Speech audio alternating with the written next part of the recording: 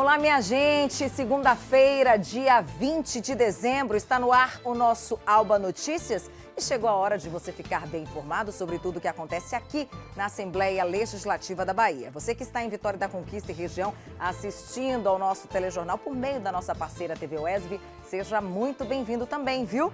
Confira os destaques desta edição. Segurança alimentar, deputados e membros da sociedade civil discutem em audiência as implicações da Covid-19. Além da fome, a pandemia fez aumentar o número de pessoas em situação de rua no Brasil. Chuva no extremo sul, Defesa Civil do Estado realiza vistorias em imóveis e Corpo de Bombeiros distribui suprimentos na região. Construção da ponte Salvador-Itaparica é tema de audiência pública itinerante realizada na ilha. Comemoração, evento na Alba reúne parlamentares e membros da comunidade evangélica para celebrar o Dia Nacional da Bíblia. No momento do esporte, Sub-20 do Vitória levanta a taça da Copa do Nordeste pela 6ª vez. E você vai conhecer uma modalidade chamada petanquê. E nada de frustração, hein? A ceia pode até ser mais barata, mas não menos saborosa. As dicas de ouro do chefe Cristiano Ribeiro para você surpreender a família com um jantar delicioso e mais em conta neste Natal.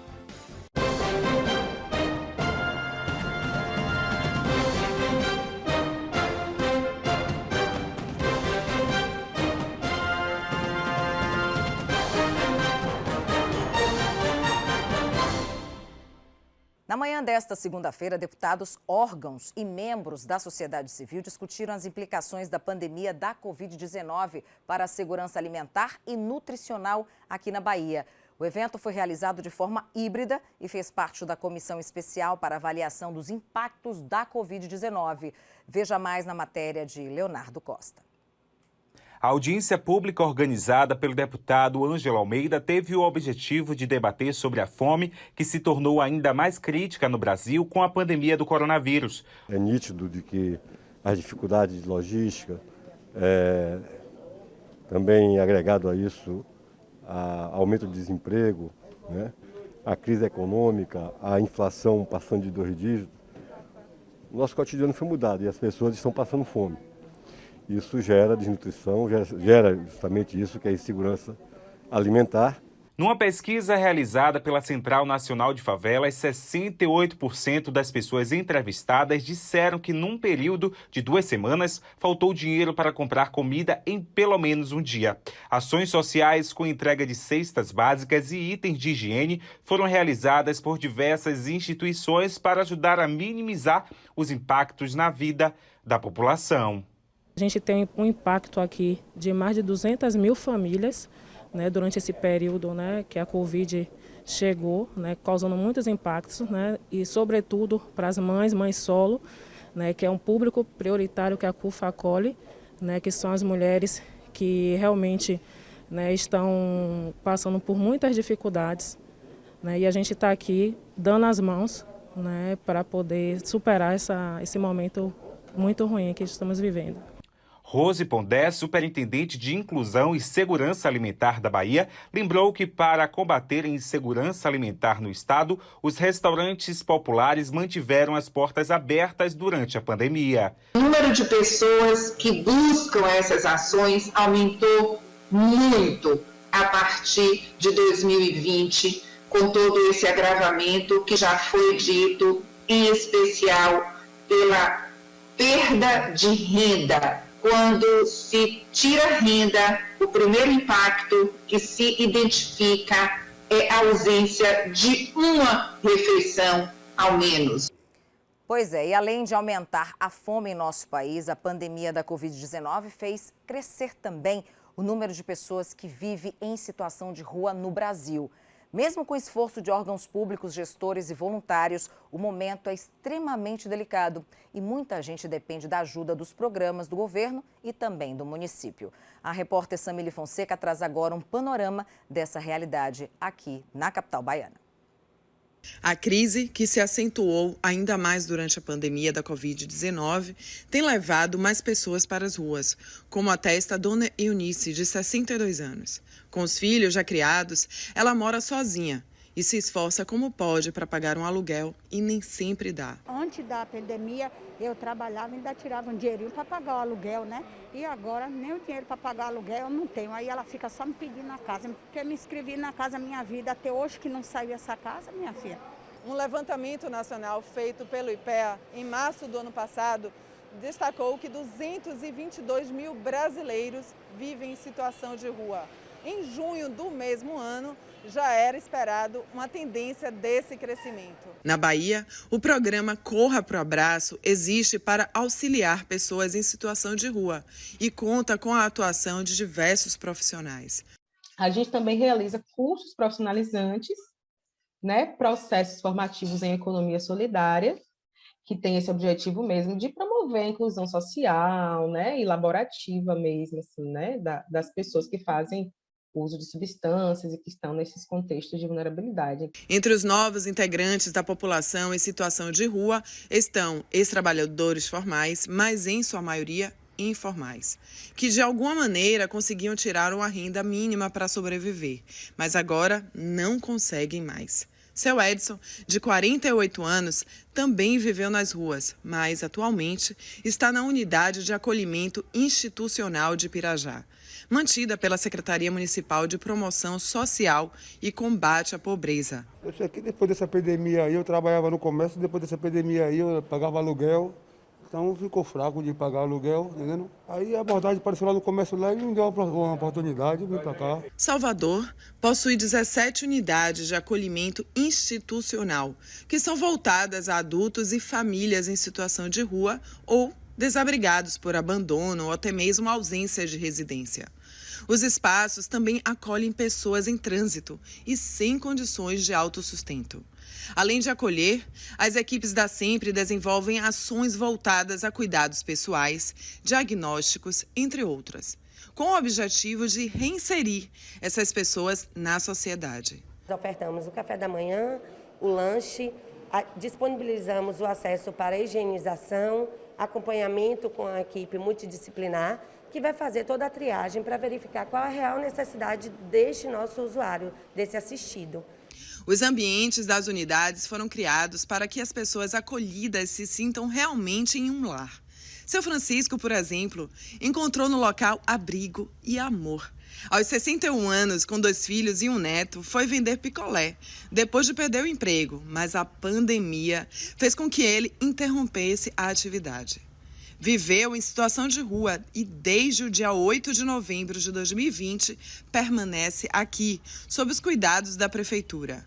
Mas não se incomoda. Com os olhos cheios de esperança, aguarda os próximos passos para seguir uma nova vida. Eu cheguei todo inchado. Não era de cachaça.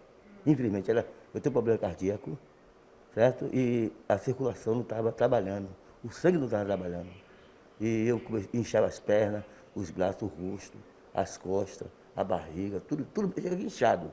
Graças a Deus, estou tendo um acolhimento maravilhoso, médico na hora certa, almoço na hora certa, que eu venha a querer ser aquilo que eu sempre fui.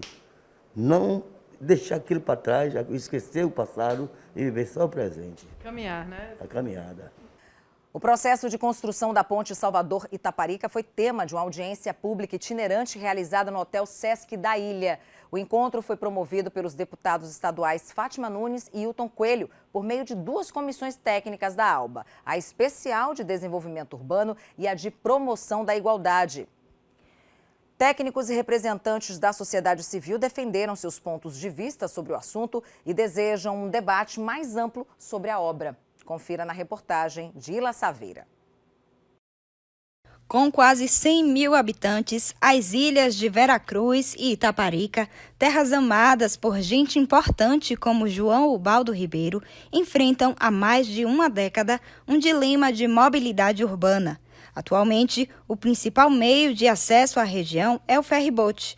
A proposta do governo estadual de construir uma ponte para ligar Salvador a esses municípios visa diminuir o gasto da população com transporte naval e gerar desenvolvimento local. Mas impactos como a verticalização das pequenas cidades devido ao aumento populacional, transportes não sustentáveis, além de prejuízos ambientais na vida marinha, têm sido levantados pela população. Esses foram os principais pontos discutidos na audiência presidida pelo deputado Hilton Coelho. O nosso fio condutor é o levantamento dos questionamentos ao processo de construção dessa ponte, que está muito marcado pela nebulosidade. Nós não conseguimos ter informações mais aprofundadas, existe um conjunto de impasses que já estão sendo evidenciados por técnicas renomadas e que precisam ter respostas da sociedade. Como é que vai ficar a situação da Baía de Todos os Santos, por exemplo, né, com a construção dessa ponte. Eu tenho certeza que a ponte vai chegar e vai chegar de forma positiva para a cidade. Mas a gente precisa entender, precisamos ser acolhidos, precisa de uma organização para a chegada desse crescimento, entende? Então nós estamos torcendo muito pela ponte, mas nós queremos a ponte, mas nós também não queremos colocar os nossos munícipes como quintal desta ponte. Essa ponte não pode chegar para ser só uma passagem dentro do nosso território. Dizer também que eu creio sim que essa ponte vai chegar em um momento bom, aonde vai trazer progressos. Filho e neto de pescador, o deputado estadual Jurailton Santos, nascido e criado em Veracruz, sinaliza que falta diálogo das autoridades com a população. Na Alba, ele já apresentou um projeto de lei para que moradores não paguem pedágio quando a ponte for construída. Eu não sou contra a ponte, a construção. Muito pelo contrário, eu sou a favor, porque ela vai trazer sim um benefício aqui para Veracruz e para Itaparica. Mas a população tem que ser ouvida. Os moradores que aqui residem há muitos anos, que têm suas famílias, têm que ser ouvidas. Para onde vão essas pessoas? Elas serão alocadas para onde? Ou no popular, vão ser jogadas para onde?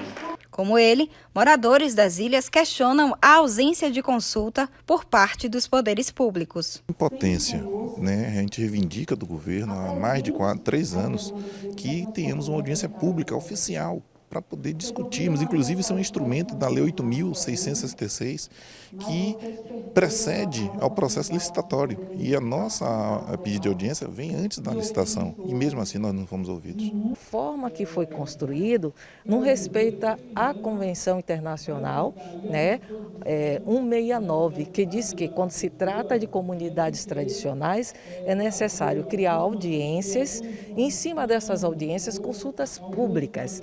E para fazer com que a organização, a empresa que está trabalhando o projeto, faça esse trabalho de oitiva, faça esse trabalho de escuta. A expectativa é que essa seja a segunda maior ponte sobre o mar do mundo. São 12,4 quilômetros de extensão, ligando o bairro de Água de Meninos, em Salvador, à Gameleira, aqui em Veracruz. O investimento está estimado em quase 7 bilhões de reais, numa obra que é fruto de uma parceria público-privada.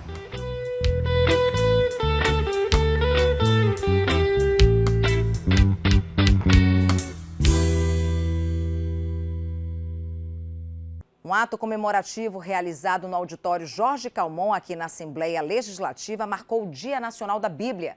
A homenagem foi sugerida e presidida pelo deputado José de Arimateia, que contou com o apoio da bancada evangélica da casa. Além dos parlamentares, estiveram presentes pastores, vereadores e fiéis. Embora o evento deste ano tenha sido reduzido por conta da Covid-19, não faltaram emoção e homenagens. 40 líderes que desenvolvem projetos sociais no estado foram reconhecidos. O Dia da Bíblia é celebrado em todo o Brasil no segundo domingo do mês de dezembro. Nessa data, tradicionalmente, as igrejas evangélicas agradecem a Deus pelo livro, considerado sagrado pelos religiosos. É momento também de incentivar a prática da leitura bíblica diária e fomentar missões que incluem a tradução e a distribuição das escrituras. O Dia da Bíblia no Brasil começou a ser celebrado em 1850, quando chegaram dos Estados Unidos e Europa os primeiros cristãos evangélicos. Mas a primeira manifestação pública só aconteceu em 1948, quando foi fundada a Sociedade Bíblica do Brasil, no Monumento do Ipiranga, em São Paulo. A sessão em homenagem ao Dia da Bíblia foi iniciada com 1 minuto de silêncio, em respeito ao deputado estadual João Isidório Filho, que morreu há 1 mês e fazia parte da bancada evangélica da ALBA. Após o hino nacional, o deputado José de Arimateia falou sobre a importância da Bíblia no decorrer da história e lembrou também que durante períodos como o da pandemia, por exemplo, o poder da palavra bíblica é fundamental. Exatamente, a Bíblia, que é a palavra de Deus, ela tem sido o refúgio, né, para milhares de pessoas, porque além dela trazer um conforto, ela transforma a vida das pessoas. A palavra de Deus, é por isso que ele diz, conhecereis a verdade e a verdade vos libertará. Então a Bíblia mostra toda a verdade, a Bíblia mostra todos os acontecimentos que hoje nós estamos vivenciando. Estiveram presentes no evento os deputados Jurailton Santos e Thalita Oliveira, além de pastores, lideranças evangélicas, vereadores e fiéis. A missionária Rogéria Santos, ex-vereadora e ex-secretária estadual do Mulheres Republicanas, falou sobre a participação feminina nos relatos evangélicos. O Senhor Jesus, ao ressuscitar, no primeiro momento da sua ressurreição, ele apareceu para mulheres. E isso, para nós, como mulheres evangélicas, mulheres que buscam e temem a Deus e que vivem as suas vidas pautadas na palavra de Deus, tem um significado muito grande, porque por que o Senhor Jesus apareceu para mulheres se, na verdade, ele tinha 12 discípulos, homens? O tom da celebração foi dado por louvores, cantos e orações. Durante o evento, foram homenageados 40 líderes que desenvolvem projetos sociais no estado. Entre eles, estavam o pastor Reinaldo Barreto, responsável pelo Centro de Recuperação Aprisco, uma clínica voltada para o tratamento de dependência do álcool e outras drogas. O apóstolo Carlos Silva, que realiza o projeto Doadores de Amor, com as famílias da comunidade do Curralinho. O que é que a Bíblia nos direciona? Amar vidas. E o nosso trabalho hoje é cuidar de vidas e tirar pessoas das ruas. Por isso que eu fui homenageado, eu creio, por um trabalho que nós temos na cidade de Santo Antônio de Jesus, que é uma casa de morador de rua, porque não fica ninguém mais nas ruas de Santo Antônio de Jesus. E temos também um centro de recuperação, que é o Centro de Recuperação Aprisco, que hoje tem 203 pessoas. Chegamos na comunidade do Curralinho, que fica na região da Boca do Rio, e ali fizemos um mapeamento. Cada casa nós visitamos com a equipe, um tanto quanto de pessoas, em torno de 30 a 40 pessoas visitando, e ali nós iniciamos o coletar de dados para sabermos as reais necessidades. Alimentação, saúde, cura, com a palavra de Deus e também com os auxílios necessários. Tua palavra diz que eu sou mais que vencedor. Aleluia. Guarda-me, ó Pai, como a menina dos teus olhos. A seguir tem o momento do esporte. Sub-20 do Vitória levanta a taça da Copa do Nordeste pela 6ª vez. E você vai conhecer uma modalidade chamada petanquê. Vamos falar também sobre as ações da Defesa Civil do Estado nas cidades atingidas pela chuva no extremo sul baiano. E as dicas de ouro para você preparar uma ceia de Natal deliciosa, com ingredientes mais baratos e muita criatividade. Não saia daí, o Alba Notícias volta já.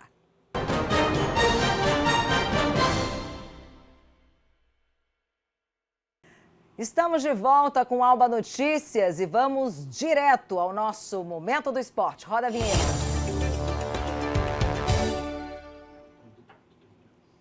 Ô, minha gente, olha, Momento do Esporte com ele que também está de volta, Léo, nosso gigante que faz falta. Seja bem-vindo, já está recuperado, né? Uma semana de recuperação, né? Mas vamos com notícia muito boa, né? Começando já com o futebol, Paty. Vamos lá. O Vitória levantou pela 6ª vez a taça da Copa do Nordeste Sub-20. O Leão derrotou neste sábado no estádio de Pituaçu o Fluminense do Piauí e foi campeão do torneio regional. O placar de 1-0 com gol de Alisson nos acréscimos do segundo tempo fez o time repetir uma imagem comum no Nordestão de base. Em 12 edições, o Leão fez 7 finais e ganhou 6. As taças de 2019, 2017, 2015, 2006, 2004 agora ganham uma companhia do troféu de 2021. Parabéns! Coisa boa, é um troféu a mais. Não custa nada para ninguém, fica bonito ali na estante, né, Léo? Agora, novidade, minha gente, o que eu vi nos sites e também nas emissoras, e a gente vai comentar um pouquinho aqui, sobre a venda do Cruzeiro. E nada mais, nada menos, ele foi adquirido por quem, Léo? Ronaldo Fenômeno, hein? O ex-jogador comprou o Cruzeiro por 400 milhões de reais. No sábado, o presidente do clube, Sérgio Santos Rodrigues, confirmou a venda por meio de uma live. A negociação foi concretizada um dia após a mudança do Estatuto da Raposa, ocorrida na sexta-feira. Aprovada pela Assembleia Geral do time, a alteração permite a venda de até 90% das ações da Sociedade Anônima do Futebol SAF, criada em dezembro. É muito dinheiro, hein, Paty? É muito dinheiro, a gente faz votos, né, minha gente, de que seja um sucesso esse novo... Seja um suspiro para o time, né, e consiga performar melhor na próxima campanha, né? E nada melhor do que Ronaldo Fenômeno, porque ex-jogador, conhece tudo, né, treinos também. Teve até meme também. na internet, né, o menininho que saiu dali, hoje volta e como dono do clube, né? É verdade, tá vendo aí? E aí vai dar uma nova roupagem, eu acredito assim, uma nova roupagem ao time. E aí vem aí novas contratações e por aí vai para decolar. Acho que vai ser um fenômeno que nem o próprio dono agora, né? Assim seja, né? Olha só, daqui a pouco a gente volta a falar de futebol, Paty, porque agora eu vou falar de outra modalidade. Você já ouviu falar sobre um esporte chamado petanque? Pois então, caso ainda não conheça, é uma modalidade bastante popular na França, praticada na época das férias e que cada vez mais ganha adeptos no Brasil. E pelo visto aqui na Bahia também. Vamos ver. O petanque surgiu em 1907, em uma cidade francesa, perto da conhecida Marseille.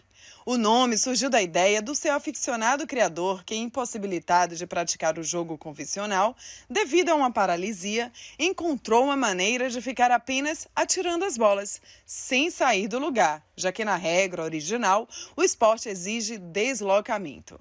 Com adaptação, o petanque pode ser jogado quase que na imobilidade, ou seja, pied-tanque, que em francês significa pés juntos. Aqui em Salvador, a prática esportiva francesa é mais democrática.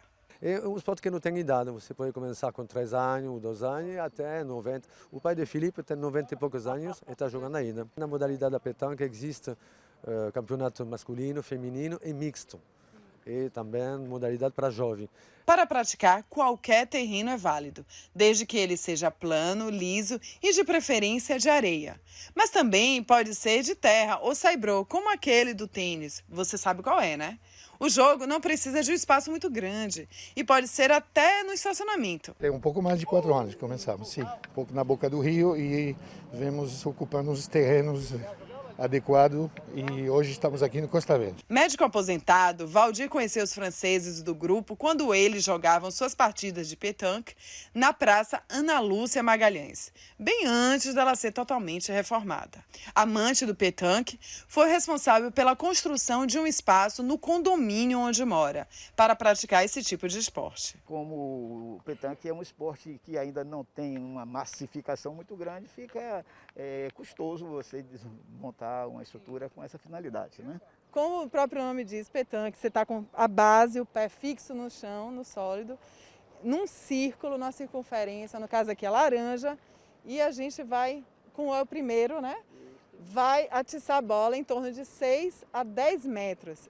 Bom, eu vou tentar ser bem suave.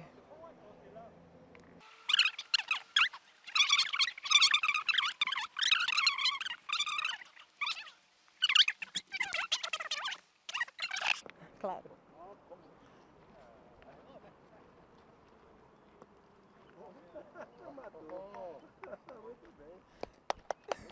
Eu acho que vocês ganharam a aluna. Cadê minhas palmas, Edil? Agora eu vou tentar. Agora que você já conheceu um pouco da história do petanque e me viu até arriscar umas jogadas, vamos assistir uma pequena partida com quem joga de verdade, né? E aí, dito feito, parece que já consegui.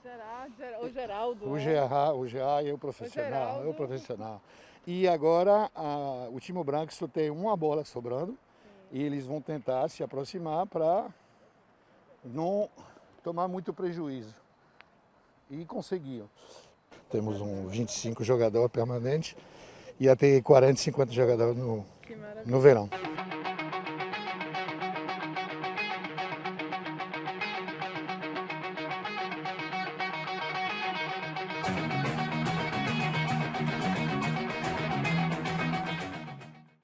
Ó, minha gente, não conhecia não essa modalidade petanque, petanca, peteca.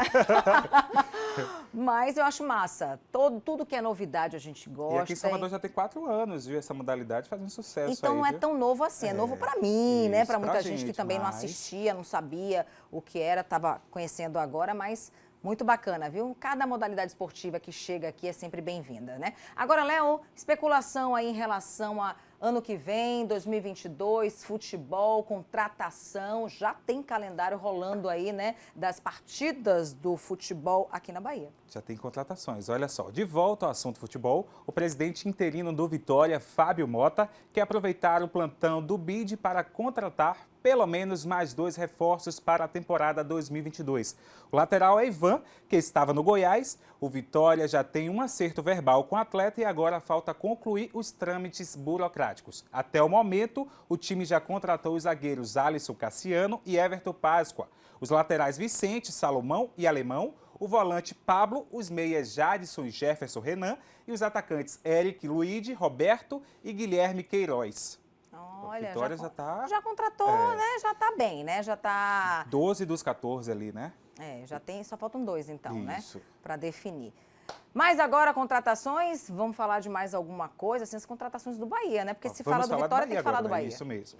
Olha só, o Bahia até então não anunciou quem vai comandar o futebol do clube na próxima temporada. Por outro lado, a direção segue montando o elenco para 2022. Como já dissemos aqui, o técnico Guto Ferreira renovou o contrato, assim como o goleiro Danilo Fernandes e o atacante Rossi. Juninho Capixaba, por sua vez, não ficará na cidade tricolor. Até então, o clube contratou apenas um jogador, o lateral esquerdo Luiz Henrique, Pati. É um dos poucos nomes assim que a gente vê, Luiz Henrique, que é nome assim, né, normal, né? A gente só vê esses jogadores. Tem o Páscoa, seria por conta de Páscoa, ele gosta muito de comer ovo de Páscoa, gosta de chocolate, ele parece um coelhinho. Ou é Páscoa mesmo, né, minha gente? Porque o meu é na rima, todo mundo acha que é artístico, né? Ó, Léo, amanhã você volta, né, com mais informações esportivas e a gente traz também outras atualizações dos times aqui na Bahia, viu? Inclusive o Atlético de Alagoinhas. Isso mesmo, olha só, manda a sua contribuição, aquela sugestão de pauta para o @TVAlba. Amanhã eu estou de volta, viu, Pati? Obrigada, Léo. Olha, o Ministério da Saúde validou o passaporte digital de vacinação de Salvador como documento comprobatório de imunização para viagens internacionais. A plataforma também permite a tradução do documento em 3 idiomas. Vamos saber outros detalhes agora, direto da redação. É isso mesmo, Nárima. O certificado pode sair em português, inglês e espanhol. A medida é temporária e acontece por conta da instabilidade do sistema Conect SUS. O passaporte da vacina pode ser emitido no site www.cvd.saude.salvador.ba.gov.br ou por meio do app Carteira de Vacinação Digital da Prefeitura de Salvador. Após realizar o cadastro, o usuário pode baixar o documento em PDF e salvar no computador ou no próprio celular. Até o momento, cerca de 300 mil downloads do aplicativo da vacina já foram realizados. O processo é gratuito e o app está disponível para iOS e Android. É bom se garantir e andar com esse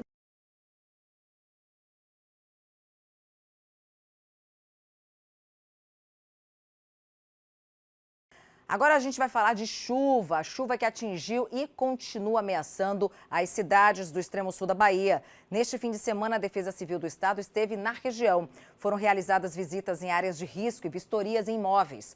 O Corpo de Bombeiros, que continua de prontidão para atender chamados de emergência, entregou suprimentos para as famílias vítimas da tragédia. Confira agora. Com o alerta de mais chuvas intensas na Bahia, os trabalhos de prevenção de acidentes mais graves foram intensificados pelo Gabinete Avançado do Governo do Estado, montado no município de Itamaraju, no extremo sul da Bahia.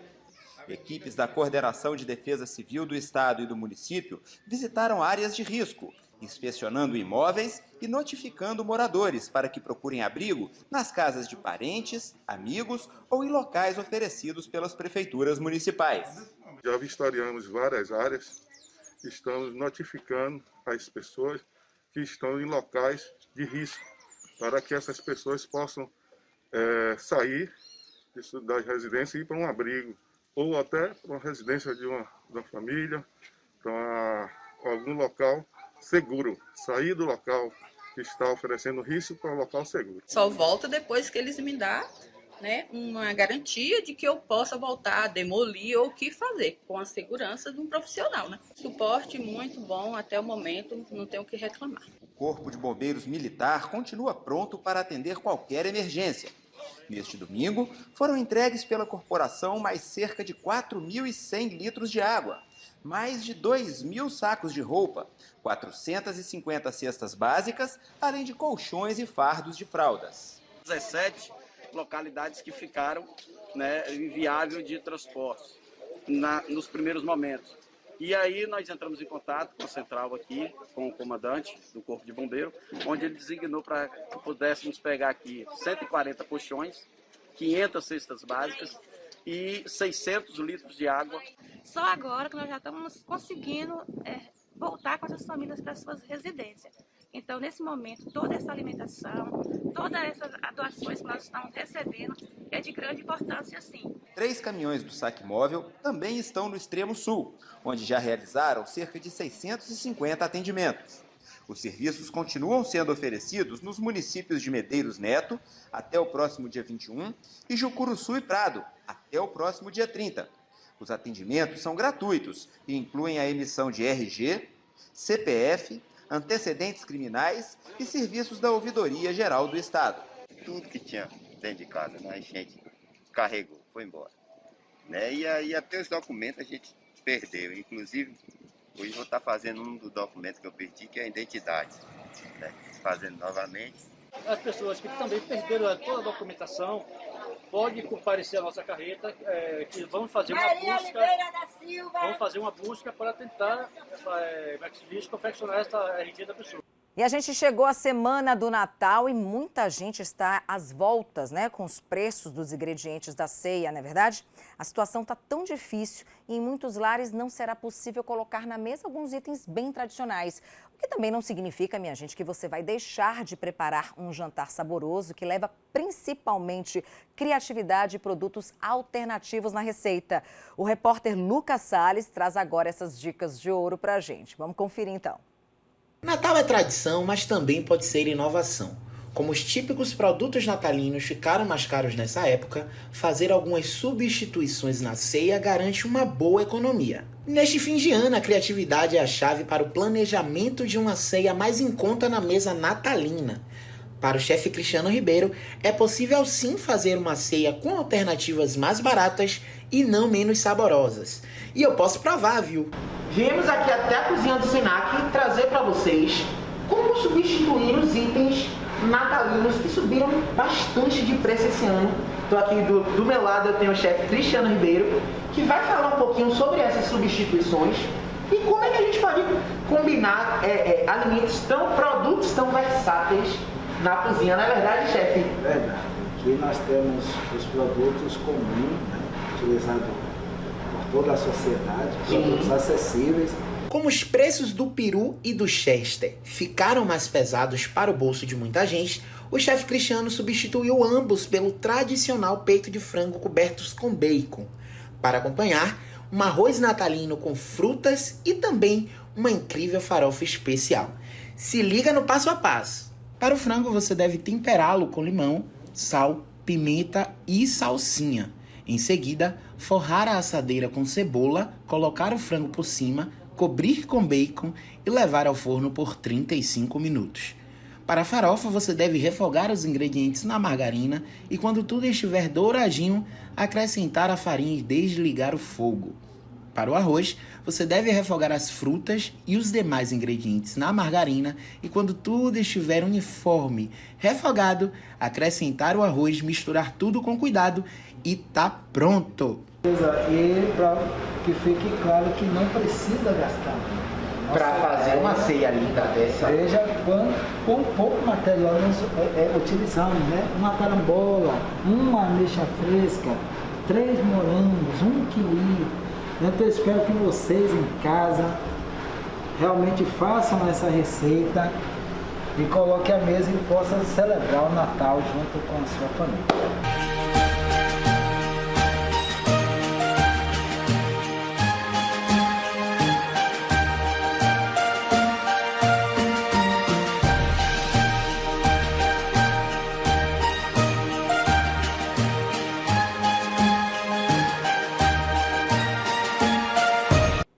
Olha que dica boa, tá vendo, minha gente? Dá para já utilizar agora, viu? Em lugar do peru, tem o frango mesmo e por aí vai, né? A gente só não pode ficar sem fazer nossa ceia, né? A gente fica por aqui, você pode rever as matérias e acompanhar a nossa programação nas redes sociais, YouTube, Instagram e Facebook e também no nosso site, viu? al.ba.gov.br. E para rever o jornal aqui na TV, fique ligado na reprise do Alba Notícias, sempre 7 horas da manhã. Obrigada, viu, pela sua companhia. A gente volta a se encontrar amanhã. Tchau, tchau.